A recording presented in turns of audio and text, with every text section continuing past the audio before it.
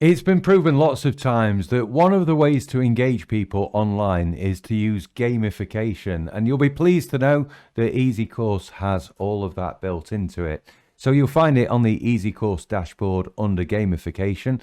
First of all, we'll have a look at settings, and here's where you can create points for different activities. So you can give people points for signing up, purchasing products, completing courses, completing chapters, so on and so forth. I like this one here, posting to community. A great way of engaging is using a community. So to give people points for engaging, it's a great thing to do.